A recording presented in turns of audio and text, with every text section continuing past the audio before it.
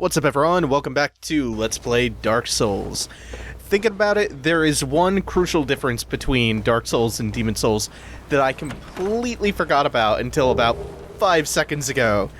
So, when you die in Dark Souls, you aren't stuck at 50% health, or 75% with a special ring like you were in Demon Souls. In Demon Souls, when you died, you went from body form to soul form if you weren't already in soul form. And your health was locked at 50%. It was 75% if you had a cling ring. And then that wavered by like a couple percentage points depending on some other world and character tendency circumstances. But for the most part, your maximum health was affected whenever you died in Demon Souls. That's not the case in Dark Souls. Dark Souls is, in a way, a lot more lenient than Demon Souls. However, the replacement system for world and character tendency, humanity, you also lose your humanity along with your souls, like I was saying, when you die. So, there is still a heavier penalty for death than simply losing your souls and having to regain those. And down here, oh, look at that guy in the distance. I love the Black Knight armor. And I'm pretty confident that... No, why did the backstab not work? Oh, I was just about to say how confident I was I can deal with the Black Knight quickly and cleanly. And then the backstab fails. It wouldn't have killed him right away, but it would have made quite a difference. So now I'm gonna kite him back, and we're gonna revert to backup strategies. We're gonna revert to Plan B. For the Black Knight. B for Black Knight, I like it. So the Black Knights are the knights who followed Gwyn to Kiln and were scorched when he linked the flame to become the Lord of Cinders. And they were equipped to fight demons. Or they are equipped to fight demons, I should say, which is why all of their weapons do increase damage to demons. There's the backstab I was looking for in the first place. With a Taurus straight sword... I said that right. Yeah, I said that right. You can actually do a ton of damage to this first Black Knight that you encounter early in the game, where normally it's a lot more arduous to deal with these guys, and I don't understand why I'm missing all my parries. The timing on that second one felt just like a hair's breadth off. The first one felt just right, and I couldn't parry him. Wonder why that is. Pretty sure they're parryable. I don't know. I'll settle for a plunging attack, though. I'm fine with that. Ooh. Tried to ram me. Yeah, that fight went... Oh, shit! Oh, that's really awesome! That Black Knight sword is a super rare drop. It has a really low drop rate, and it's got insanely good damage. It's got more damage on it than the Drake sword. Oh, that's awesome. It has a higher stat requirement than the Drake sword, but let's see, it's easier to upgrade. You need, I think, dragon scales to upgrade the Drake sword, which we'll get... We might get in this episode. We should get in this episode. It's stronger right off the bat. I think it has like 20 to 30 more damage, I want to say. It has better scaling. Well, it has any scaling at all, which is better than the Drake sword, which has none. I believe the Black Knight sword scales with dex and strength, and those are the higher strength, the higher requirements for it. I think it's like 20 strength and 16 dex. I actually wasn't paying that much attention when I checked out just now. I will be using the Drake sword before I can get to the Black Knight sword, but oh man, that changes a lot. Because I had plans for what I was going to do with this character as far as a build goes. That's why I was, okay with sinking points into Faith that early to use the Taurus straight sword, because I was planning on using Faith. Oh no! I'm just walking into every trap. Anyway, I was planning on sinking some points into Faith anyway, because I was going to do some kind of weird Faith dexterity hybrid and use, I was going to go down to Blighttown and try to figure out some way to combine whips and the lightning spear miracles. I was planning on maybe joining the Sunbro Covenant. But now this kind of changes things, because I want to use that early on, but I already have some points sunk into Faith. Oh man, this is going to make my choices going forward a lot more interesting. I don't know. I'll figure something out now. What was I saying about the Black Knights, though? Gwyn equipped them to fight demons, and by the way, I'm gonna be clearing this area out so we can fight our first boss of the game, the outside of the tutorial anyway. And so, that's why all of the Black Knight weapons do increased damage against demons. The Silver Knights, which we haven't actually met yet, look very similar armor style, and they're found later on in an area called Honorlando, and they were equipped to fight dragons instead, but I guess since Gwyn led his war and wiped the dragons out, he re-equipped his Black Knights to fight the demons instead. You have to go about halfway down the bridge here to activate the Taurus Demon. And the way you deal with this fight, there are a couple ways you can actually kill the boss. This is by far one of the easiest ones. The other two ways, let me just take a swipe and wait for him to wind up. Oh, I actually did take some damage. I don't know how I didn't take full damage here. Ooh, I'm getting caught on the ledge. I didn't mean to do that. So, like I was saying, with a strong enough weapon, you do 2 plunging attacks. Maybe you need an extra swing thrown in there, and he just falls over dead. The other way to do it is the normal way, which is to do your first plunging attack, and then you kind of roll between his legs and fight him like that. And then there's also a way to knock him off the ledge. And with Taurus Demon out of the way, I'm gonna be right back because I'm actually super thirsty. I'm back and my thirst is mostly quenched. Mostly. These new Red Bull flavors are surprisingly terrible, though. I can't stop drinking them. It's weird. It's like, maybe if I consume enough, I'll solve the mystery of why they're so bad. I don't get it. You know, when I Let's Play with Mike, it's like maybe 20% game focused, 30% beverages, being generous, 30% Axemen, and then like 20% other.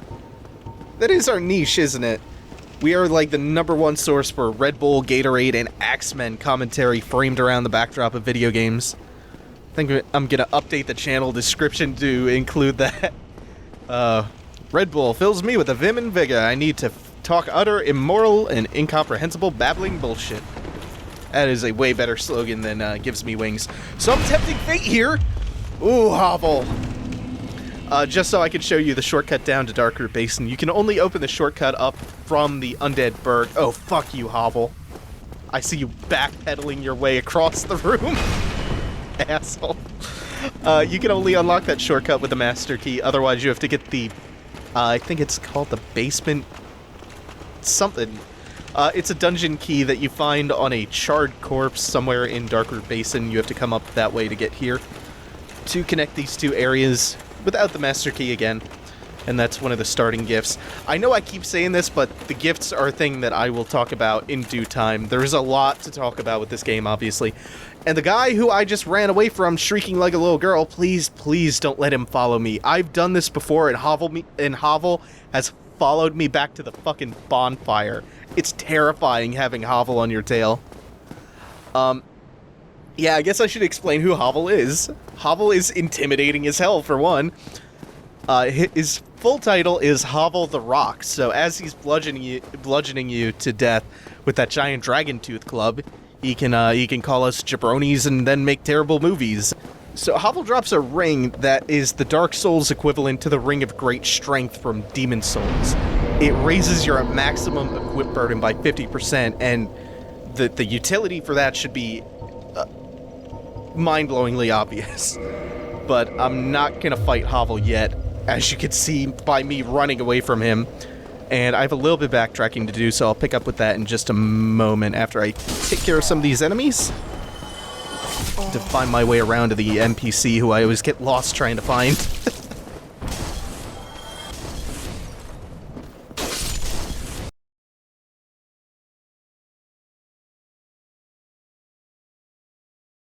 Okay, so getting lost in this simple area, mission complete. What I have found, though, is a little hidden area that I didn't show when I first came through this part of the Undead Berg. And I believe this leads up to a little rooftop overlooking the area, and there's a corpse with an item on it. What is the item? Fantastic, it's bullshit. Oh, right, and this is the way that you get down onto this plank. You don't jump across the little gap across here. You actually jump down from that rooftop overlooking it. So yeah, that's how you get in here. I can't remember if anything's up here, but I was talking about Havel, and I'm going to get back on track. I'm not going to go off on any more tangents before I'm done talking about Havel. What was I even talking about with Havel? I don't even know. Havel's a cool guy. I knew him once. As opposed to knowing him twice. Yeah, so his full title is Havel the Rock, and he is one of the hardest hitting... I don't know what you would really call him. A mini-boss, maybe? He's a bit like Old King Doran, except you... Actually, no, he's a lot like Old King Doran. I was going to say you don't have to unlock the area he's in with a special key, but you do. You either need the dungeon key or you need the master's key. And yeah, I was talking about how he drops that ring. It's the equivalent to the Ring of Great Strength. What's that called? Oh, I was going to say Herculean Strength, but I can't remember. Anyway, I can take Havel now. I can kill him now. But if I mess up just a little bit, he one-shots me. And he'll be one-shotting me for quite a while still, but I will be back for him in not too long a time. He's really slow, but he hits really, really hard. And the ring that he drops can kind of be considered a companion to the Dark Wood Grain ring, which I'm also going to get before I do Blighttown. They do different things, but they have similar end results. The Dark Wood Grain ring allows you to roll. Everything's for sale. It makes your roll better. And this is the NPC I was looking for in the first place, because I'm going to buy a bunch of arrows. And the whole reason I started out as a hunter, I said I wasn't going to go off on a tangent. Oh well. The whole reason I started off as a hunter was just so I could start off with a bow and I wouldn't have to find or buy one, and I would have the stat requirements taken care of right away. I don't want to buy the resonance key yet. I'll probably come back for that. That opens some of the doors and then in the adjacent areas.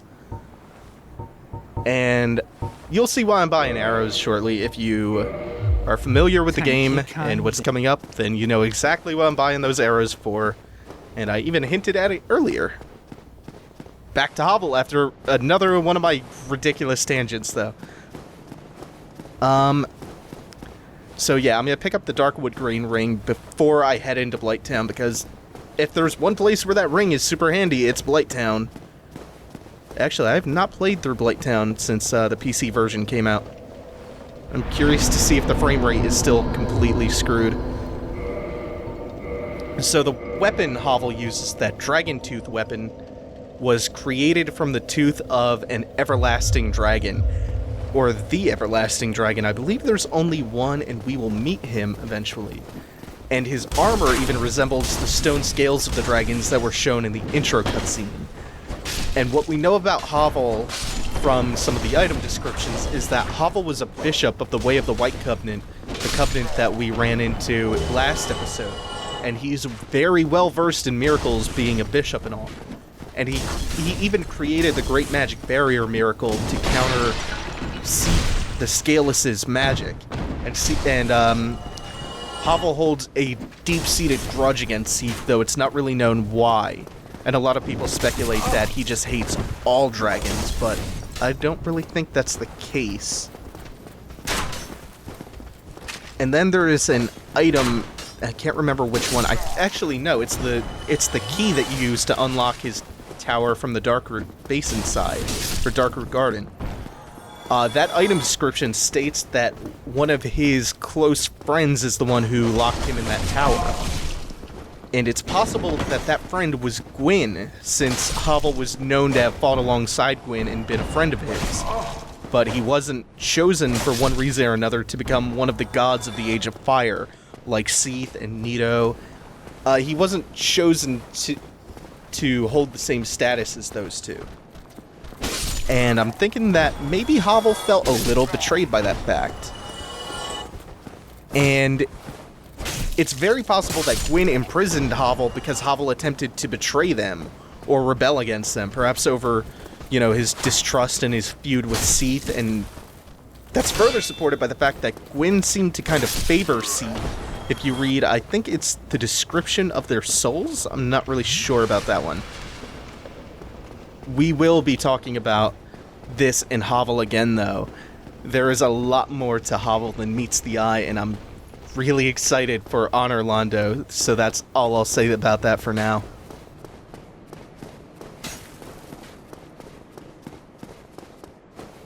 The other thing that I'm just now remembering that I promised to talk about at some point, and that I have a good reason... Oh, wait, nope. Yeah, I was going to talk about humanity now, but actually, everyone's favorite NPC is right over here. Say hello to Solaire of Astora.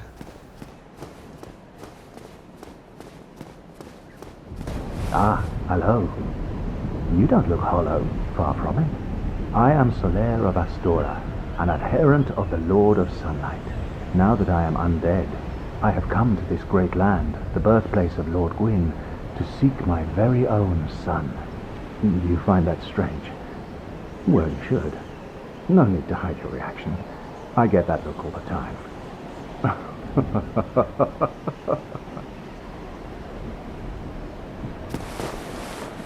Oh, aha. So I didn't scare you. I have a proposition, if you have a moment. The way I see it, our fates appear to be intertwined. In a land brimming with hollows, could that really be mere chance? So what do you say? Why not help one another on this lonely journey? This pleases me greatly. Well then, take this. We are amidst strange beings in a strange land. The flow of time itself is convoluted, with heroes centuries old phasing in and out. The very fabric wavers, and relations shift and obscure. There's no telling how much longer your world and mine will remain in contact. But use this to summon one another as spirits, cross the gaps between the worlds, and engage in jolly cooperation. Of course, we are not the only ones engaged in this, but I am a warrior of the sun. Spot my summon signature easily by its brilliant aura. If you miss it, you must be blind.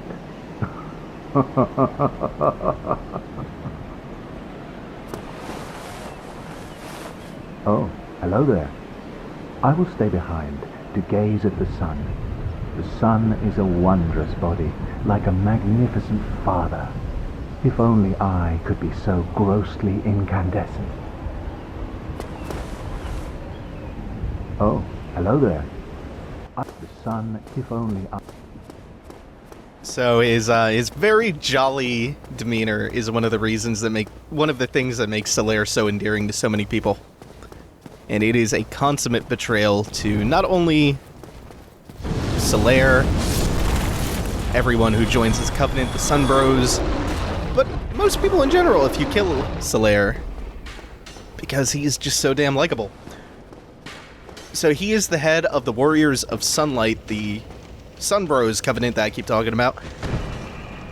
You need 25 faith to join it, and I think a long time ago it used to be 50, and that amount is reduced by 5 for everyone you successfully help as a summoned phantom, even if you're outside of the covenant.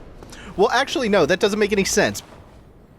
It's because it's the requirement to join the covenant. So yeah, 25 to join, and it goes down by 5 every time you help someone kill a boss. So if you help 2 people kill bosses as a friendly phantom, you only need 15 faith to join. And what I'm doing now is I'm gonna go ahead and plink away at the Hellkite dragon, or the Hellkite drake. It's not a dragon. Drakes are supposed to be like a distant cousin to dragons, as far as I know. I'm gonna go ahead and plink away at his tail and get myself a shiny new sword. So, I'll line the first shot up, and then we will commence the fast forward, as I am wont to do in the Souls games.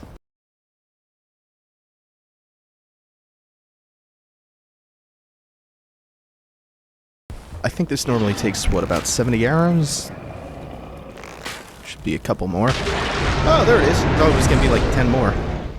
Wow, I really went overboard on buying the arrows, but better safe than sorry. I mean, you could...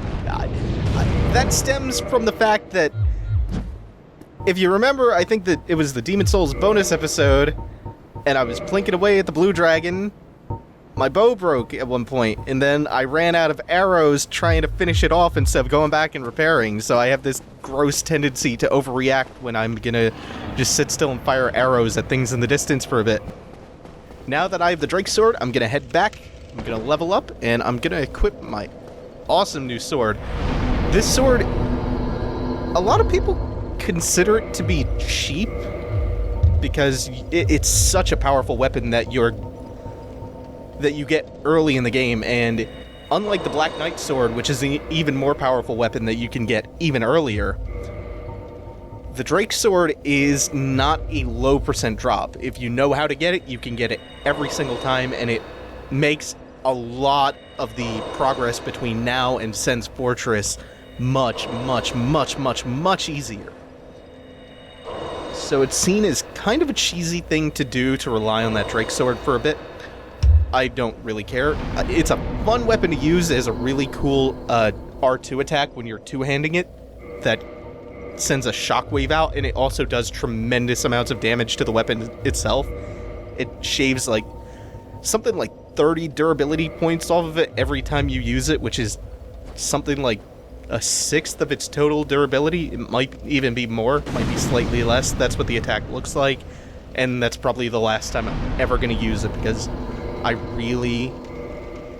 if you haven't already been able to tell from the Demon Souls episodes, I have an issue with not being able to accurately judge how much durability my weapons have left, and I'm not going to just keep pausing to check the durability.